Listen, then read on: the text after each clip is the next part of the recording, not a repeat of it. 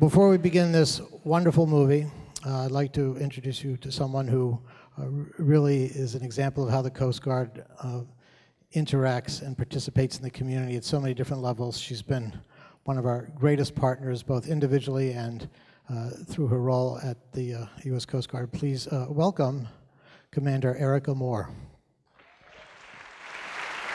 Take it away. Thank you, sir. Good evening, everybody. Thank you so much for being here. You're in for a real treat tonight. I think you're going to love the movie if you haven't already seen it. But immediately following the movie, I just wanted to let you know, Harriet Jones of WNPR is going to be moderating a panel discussion that's sure to be riveting, I promise you. We have two people who knew Bernie Webber personally, and Bernie Webber is the character played by Chris Pine in the movie. We also have two members of the U.S. Coast Guard who are currently doing search and rescue right here in the New London area. So please stick around. I know it's a school night, but hopefully you can all stick around for 30 minutes after the show. The panelists will also be available in the lobby for questions following the discussion. So just want to let you know that's going on so you can stay in your seats right after the show. Thank you so much. Enjoy.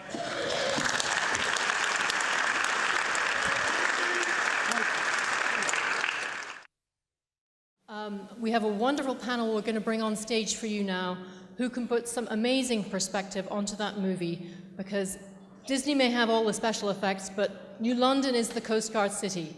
We have two people with us who knew Bernie Webber personally. We have three people with us who have between them years and years of experience of small boat rescue. So I'd like to invite up our panel, please.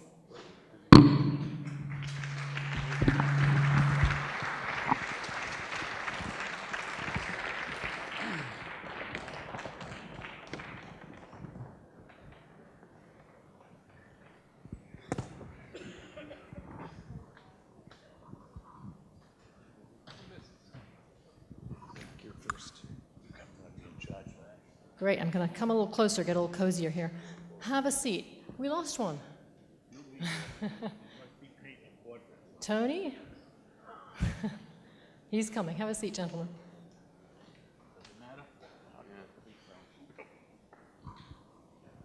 So like I say, thanks for staying. I know it's a long evening to stay. Congratulations. That's wonderful. Here comes our last panel member, Tony. Come and join us. Thank you.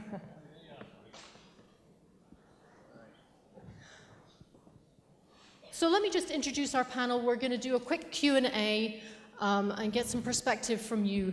But after we've done this part on the stage, all of our panel members have said they can stay, they can be in the lobby. And you know, if there's any question I don't ask that you really want to know about, they're going to be there for you. They'd love to meet you personally and tell you a little bit more.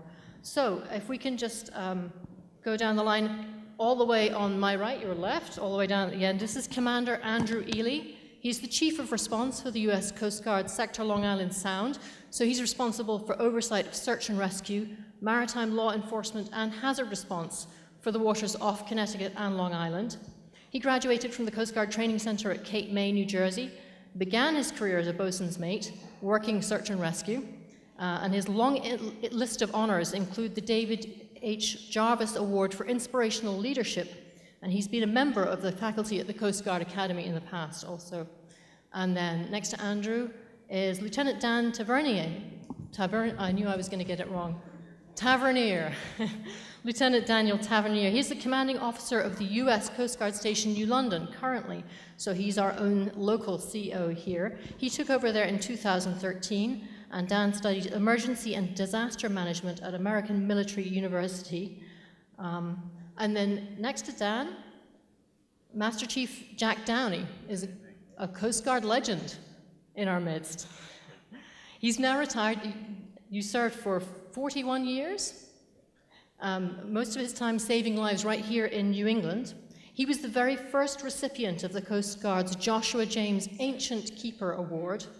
And that's given in recognition of long service and outstanding performance in boat forces operations. He commanded the Coast Guard station at Chatham on Cape Cod, where years before your service, Bernie Webber set out on the Pendleton rescue. And also you knew Bernie Webber personally. Yeah. And right next to me here, Tony Falcone has been an artist for more than 40 years. He has his studio in a repurposed dairy barn in Prospect, and you have a long association also with the Coast Guard. Tony has been creating art for the service for the past 15 years or so, creating a notable series of oil paintings which depict crucial moments in the history of the Coast Guard, including a dramatic representation of the Pendleton Rescue. If you came in through the foyer, you would have seen a reproduction of that painting. And also, it's up behind us now. Look at that. Great timing. So this is Tony's painting, which I think currently the original is in the Coast Guard Academy. Is that right? So Tony, let's start with you, with this amazing painting. When you were commissioned to create this work, Bernie Webber was still with us at that point, and you got to meet him. So tell us a little bit about how that came to be, how that came about, and your remembrance of Bernie Webber. It started in 2000. I was approached by the Coast Guard Alumni Association through the class of '62. They were looking to do a project called the Historical Murals Project, and they wanted to depict moments from 1940 all the way up to 2001. One of the themes was the rescue of the Pendleton, and in 2003, I was approached by Commander Burkhart, who was spearheading the project, and he told me that they had some notes on what happened this night, and basically, can I make a painting of it? And I said, well, I would need some help with research, and they said, well, we have somebody named Bernie Webber, and he is pretty knowledgeable of the subject. So I said, well, how do we get in touch? And we ended up calling each other, emailing each other, and it took probably over a year and a half, and we became pretty much collaborators on creating this painting. It probably took about a year to really get all the notes on how this should look, the drawings, and I have a couple of books in the lobby which are copies of a scrapbook which I gave to Bernie as a kind of a souvenir of our working together, and it shows the sketches and how two people would actually create a painting like this. I couldn't have done it without Bernie, as you could imagine after seeing the movie. How would you imagine what that's like as an artist unless you were actually there, and that's how Bernie helped. The scrapbook, if you haven't seen it, you should really take a look on the way out. He created his own sketches for you also, didn't he? Yeah, he's a pretty good artist. He ended up looking at a sketch and then returning a sketch to me and pretty much showing me his view of the layout of how the 36-500 approached the Pendleton. Every one of his sketches always had details and notes. He was really meticulous about making sure that I got maybe the right set of the davits or how the Jacob's ladder would hang. And we actually had a kind of a mantra, and it was, we have to get it right. And Bernie pretty much really was right on with getting it right. That was our theme throughout the process. He must have been thrilled to have, his greatest rescue memorialized in this way. I'm sorry? Was he happy was he thrilled to see the painting coming together? Bernie actually told me something very special. He said that after the rescue and the years that followed, it wasn't all joy and fun. There was a lot of turmoil, and maybe him being the one that won a medal, maybe people were a little jealous or something. But it wasn't all fun and games, and when we worked on this painting, he got really excited about getting it right and leaving this painting behind, and expressed to me that it was probably the most enjoyable time relating to the 36-500 that he ever had, which really was special to me because, being friends with someone who had done something so spectacular, and then to realize he's a reluctant hero. He's not like somebody who would be bragging or talking about it in that kind of way. He was basically just doing his job. I think he thought right up to the time we were talking that it was literally a miracle. He never, he never really thought it was just the boat that was, 36-500 was a great boat. And, his crew were great. He couldn't have done it without them, but he thought there was something special that night that brought them all back. So looking at this picture and then having seen the movie, how is the painting connected with the film? Did Disney take a look at your work when they were designing the look for the film? Well, this painting came about and was unveiled in 2005 at the Coast Guard Academy. And then Casey Sherman and Michael Tugias got interested in the story. And then Dorothea Ferrio, who's the producer, actually wanted to produce this after meeting Casey Sherman.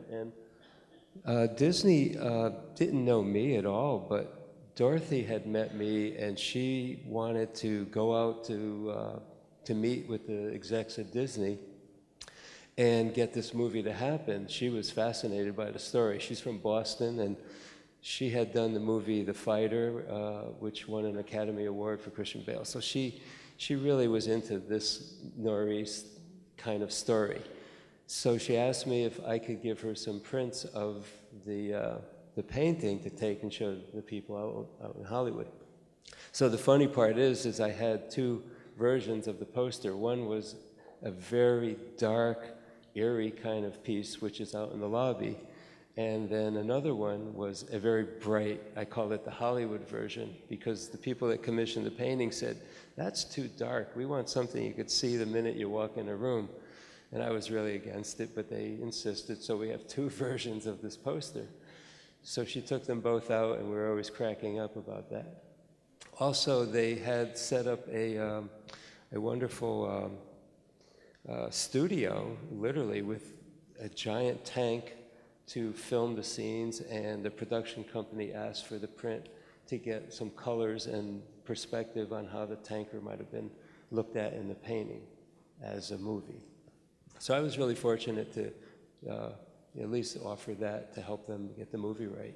Yeah, very deeply involved. I wonder if you'd maybe pass the mic down to Master Chief Downey.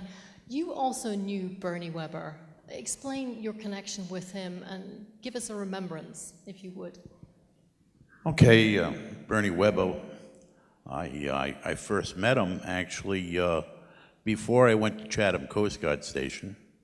I met him on an occasion, and at the time, I was at Station Woods Hole, and then I had been transferred a couple of times, and I finally ended up in Chatham in 1988 at the station as the officer in charge. And Bernie would come down every summer, so he got to know every officer in charge at Chatham Station, which was a good thing. And you had the opportunity to introduce him to the crew. He never wanted to do that, but I mean, it's something you had to do. So it was great to have him come to the station and talk to people at the station. And I think you can see it in the movie, but if you knew him, he was just a very humble man. And you had to ask him questions. He didn't just roll it out. You just had to ask him the questions, and he would tell you in less than 8 words, well, this is what you do, and this is how that works. And it was just a good thing. So that's where I met him, and we became friends. I would see him every year. I was there for 5 years at Chatham. A couple of times he came over to Nantucket. I got transferred to Nantucket, to the station at Nantucket as an officer in charge. But the best times I ever had with him would be to go on the 36-footer with him, and that would happen at Chatham. And that was just pretty neat. He never really said to me, what it was like. And I never asked. But when he went on the boat, there was a relationship between that 36-footer and him that you could just see and feel. I mean, he knew what the boat was going to do way before it did it. And the 36-footer, just so you'll know, is a boat that you have to know what it's going to do, And if you think ahead and you go, it's not going to do what I want it, then you have to make it do what you want it to do. It just was that kind of boat. If you said, well, I think it's going to go left, that was a guess. You had to make it go left.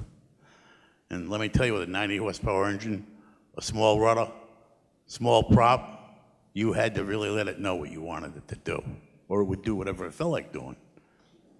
So the ride got worse when it was doing what it wanted to do versus what you wanted to do. So I learned things like that with him. He's a neat guy, great guy to know. He loved the Coast Guard. He loved the people in the Coast Guard. And it was always great to bring him onto something that he had never been on before. I was on a patrol boat, an 87-footer out of Woods Hole, brand new. Had the opportunity to take him from Woods Hole to Nantucket on it. And he said, now we're buying yachts. You know, I mean, I had everything I needed on there. The only thing that, you know, it would almost dock itself. Let me just say that, all right? So he was amazed by that kind of stuff, to see that kind of stuff, the 44-foot motor life, 47-foot motor lifeboat. So he was just a great guy. He was a great guy to be with and a great guy to talk to. He joined the service in '46, more or less right after the Second World War, and this rescue happened in '52. The Coast Guard was a very different service back then. Yeah, right? I would read something that actually Bernie went to boot camp, or the recruit training center, when he came in the Coast Guard, 26 February 1946. And the training center was at Curtis Bay, Maryland. And you know, he said, well, and this is his words, I soon found out that this was a very different service from what I had previously experienced in the Merchant Marine. He was a Merchant Marine. The philosophy of the Coast Guard is well explained in the following excerpts from the commanding officer's training, of the commanding officer of the training station in his letter to the recruits, which was written 8 February 1946.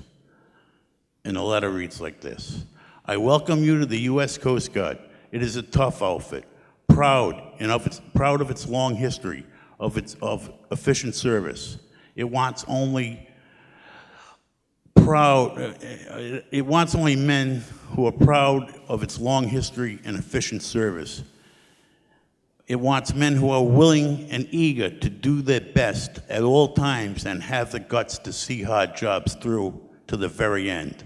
Hard jobs are routine in this service. In a way, the Coast Guard is always at war, in wartime against the enemies of the nation, and in peacetime against the enemies of mankind at sea. Fire, collision, lawlessness, gales, ice, derelicts, and many more. The Coast Guard is therefore no place for a quitter, or for a crybaby, or for a four-flusher, or for anyone who cannot keep their eye on the ball. Your period of recruit training is a time of test, hour by hour and day by day, to determine whether or not you are made of the right material. It's up to you as an individual to prove your worth. And Bernie says to that, I may have been made of the right material as I complete my training. Whether I was able to prove my worth is a matter for others to judge. And he left it at that. So I just think that the philosophy of the Coast Guard is in that letter at that time. And it kind of says it all. And I think that philosophy today is there, and it's coupled up with the core values and the theme of the Coast Guard, as always ready. And the core values of the Coast Guard: honor, respect, and devotion to duty. But back then, though it was 1968, and the Coast Guard became one in 1915, that's when the motto of Semper Paratus came out, and you were always ready. So you can see where there might have been some mixed signals. And I'll address that right now if you don't mind. In that, the rules and regulations of the Life Service in 1899 Article 5, actions around wrecks, and it gives a page and reference. But the meat of it says, in attempting to rescue, the keeper will select either the boat, breeches buoy, or a life car, as in the judgment it is best suited for the effective cope with the existing conditions. If the device first selected fails after such trial has satisfied him, no further attempt with it is feasible. He will then resort to one of the others. And if that fails, then the remaining one will be used.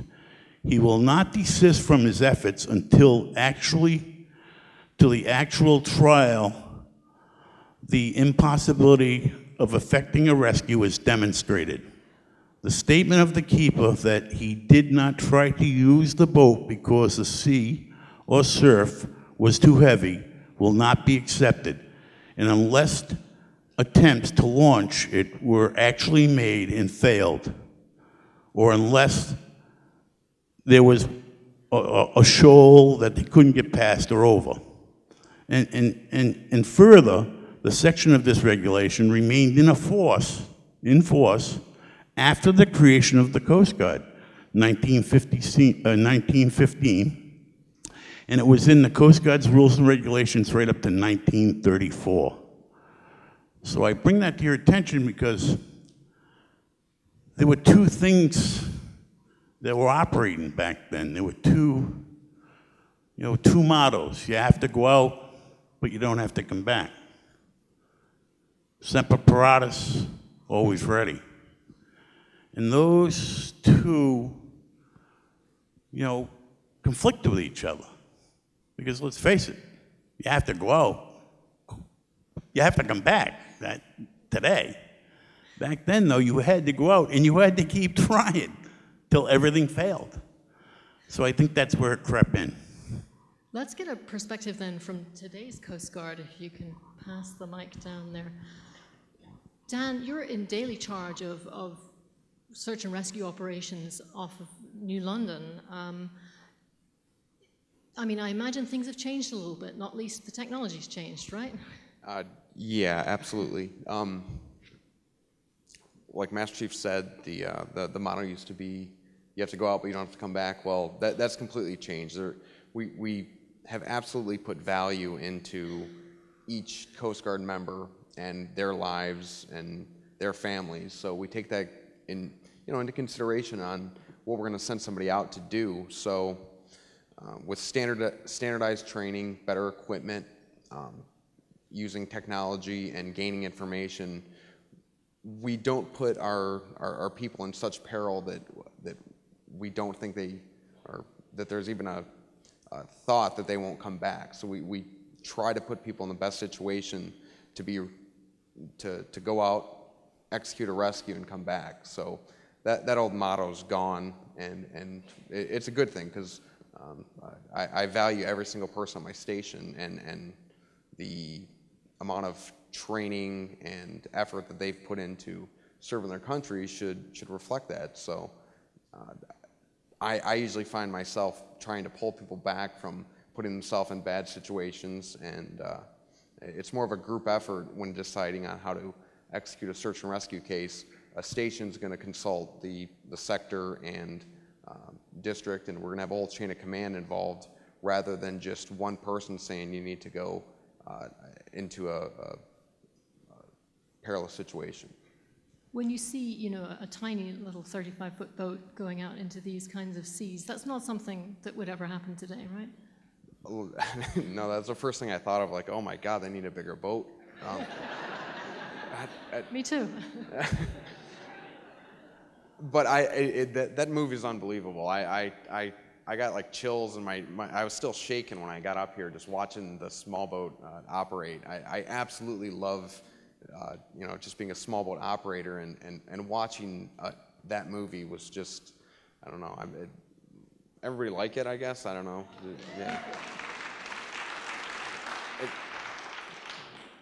Way better than that other Coast Guard movie. I'm a small boat guy, sorry. No, but that was the first thing I thought of. They needed a bigger boat, and nowadays there would be a cutter involved, hopefully, and more of an all-hands effort to rescue people in that situation. And even our standards that are put on a cargo ship have increased dramatically since that time. So they would be able to help themselves a lot better than 60 years ago. Maybe you could pass the mic down to Andrew down at the end there. How has the management and the oversight of search and rescue changed over the years? That's a great question. So in the movie, we see the commanding officer of the station making autonomous decisions by himself. He tells the boat and the crew, he says, "Bernie, pick your crew and go on out there and find them."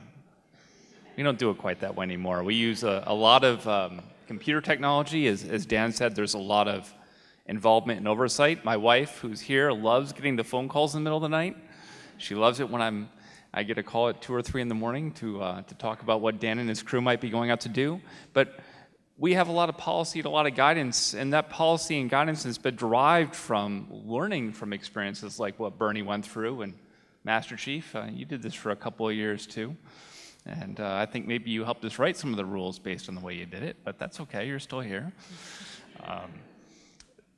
So between that and the technology and the oversight, I think that's really the things that have changed. And the other big thing that's different is we aren't in this alone, we have Dan's level, we have my level, we have a headquarters level above us, but we also have a lot of partners. We work with Marine Police, we work with fire departments that have rescue boats, we work with commercial assistance providers like Seatow and Towboat US, and we collaborate. We have meetings and training with all those groups to work together. So, and you also work with other agencies, right?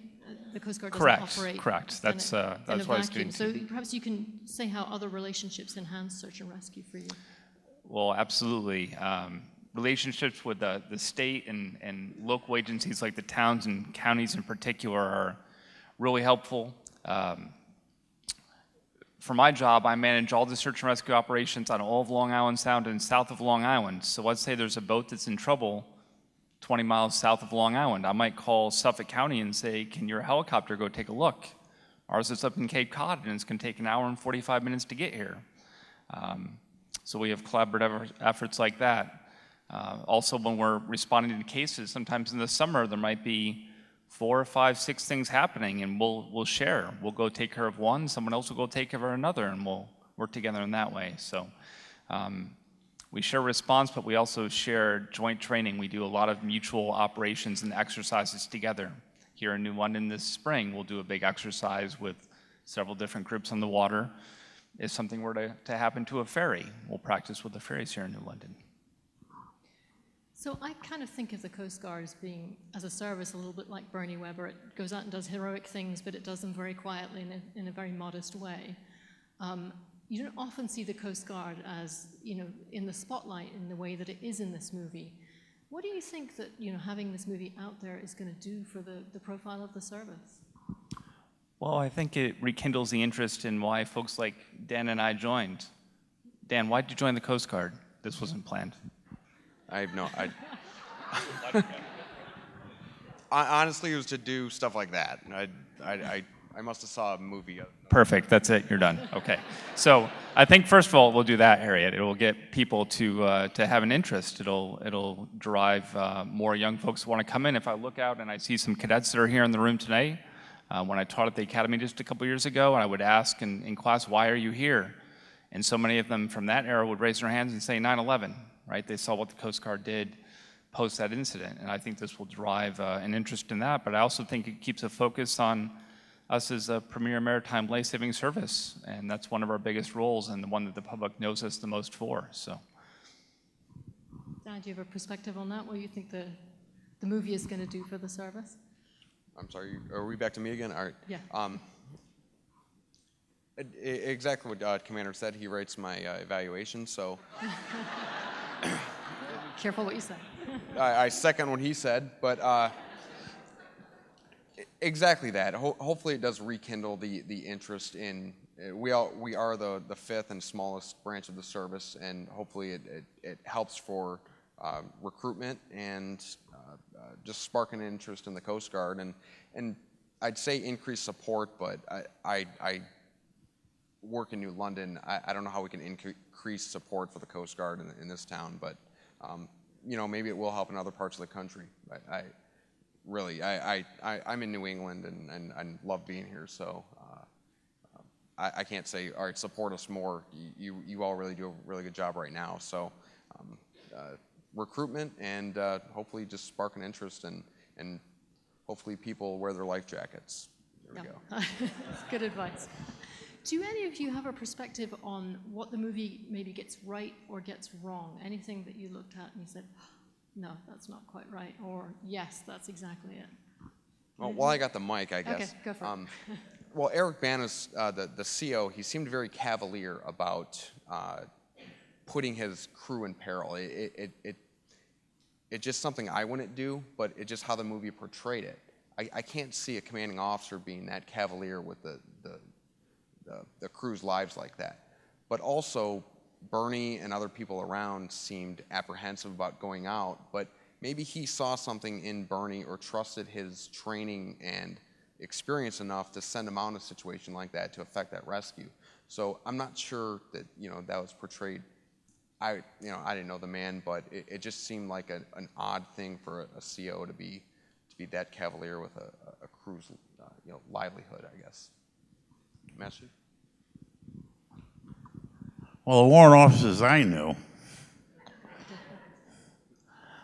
they told you what to do. They didn't ask you what you wanted to do.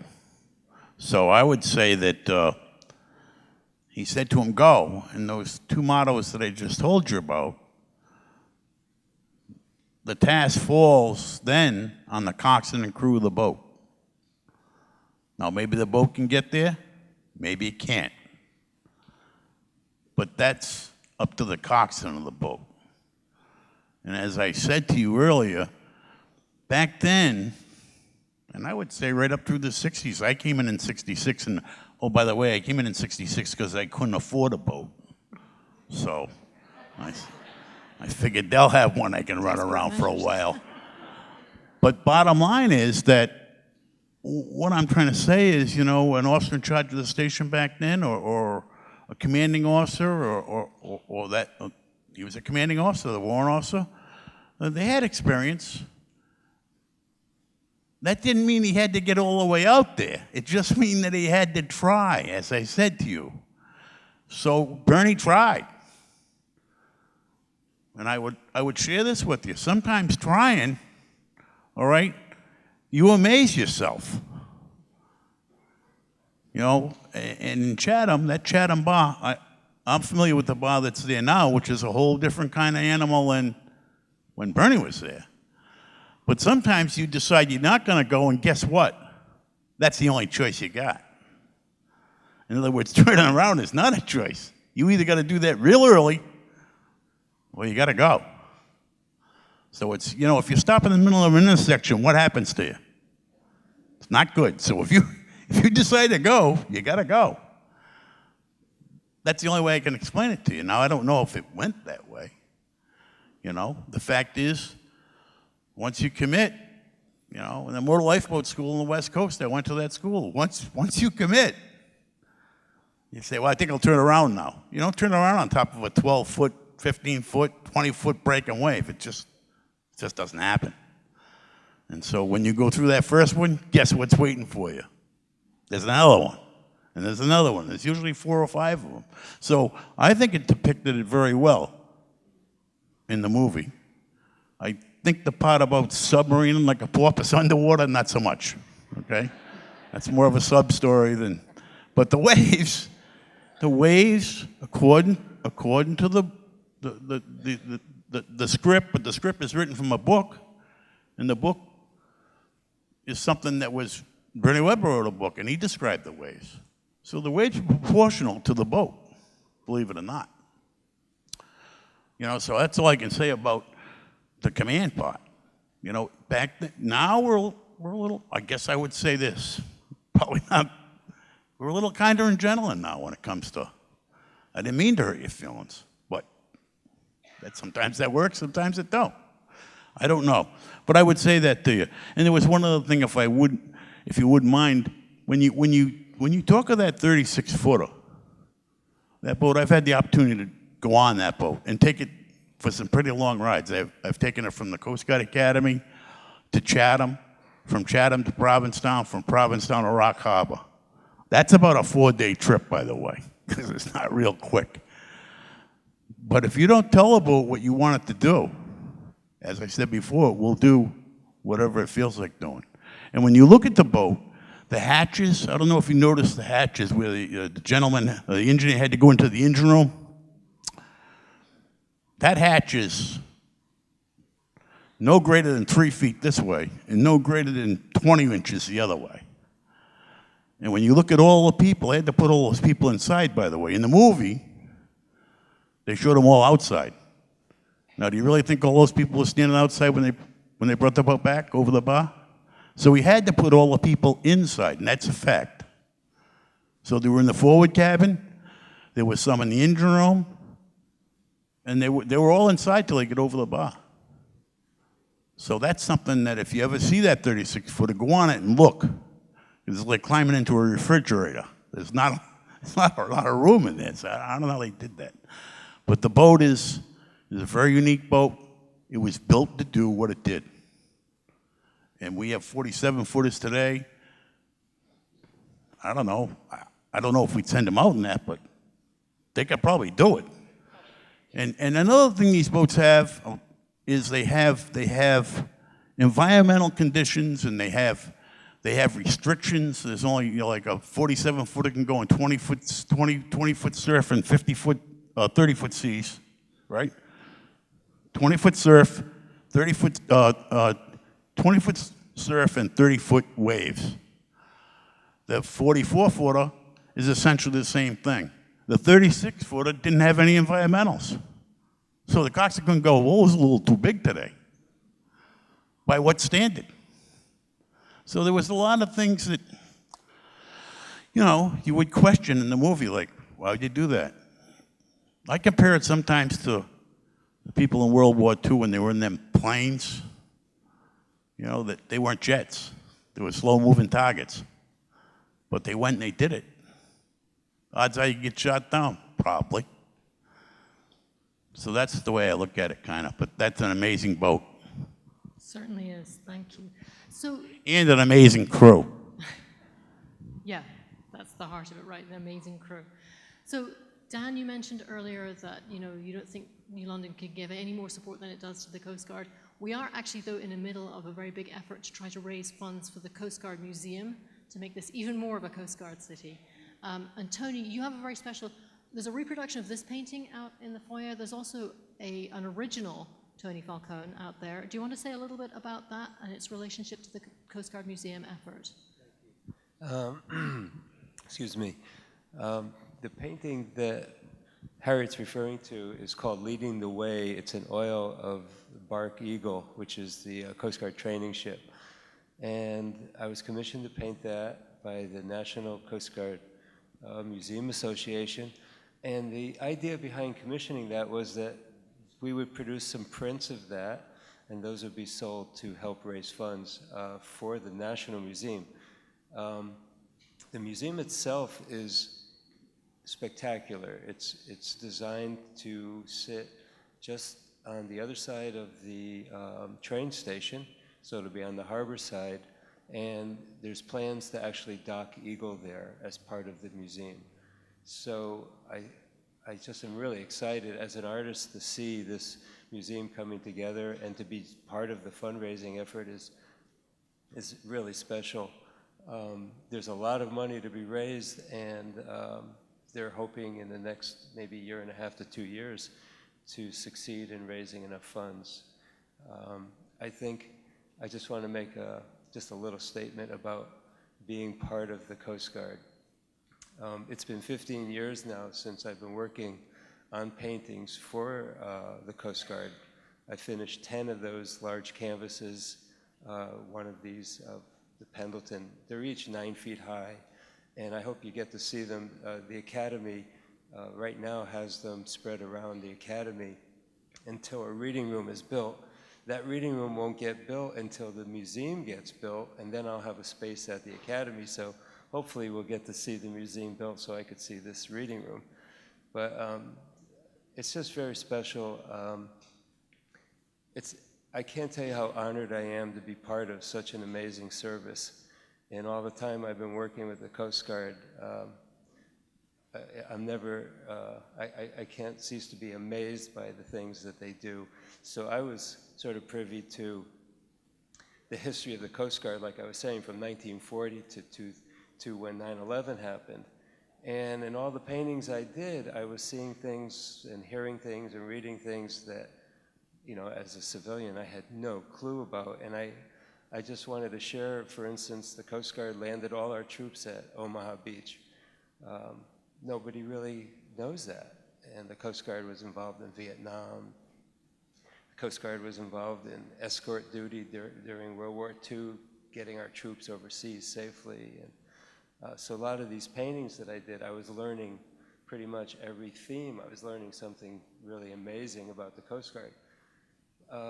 To talk with Bernie, to see this movie, it's a true story. I mean, it's based on a true story, but having talked to Bernie and then having seen how this movie depicted it, it's part of what I believe the Coast Guard is about.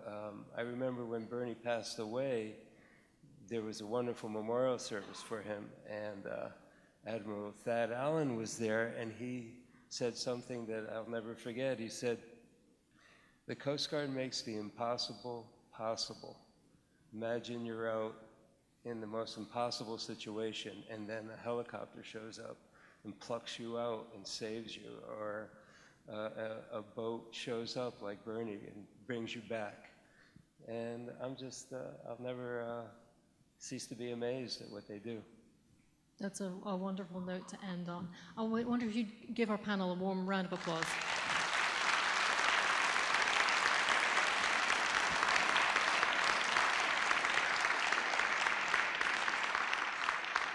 Thank you all again for being part of this event. Our panel has agreed to stay. They'll be out in the foyer, so if you have additional questions you'd like to, or you'd just like to meet them, please do stay and do that. Thank you.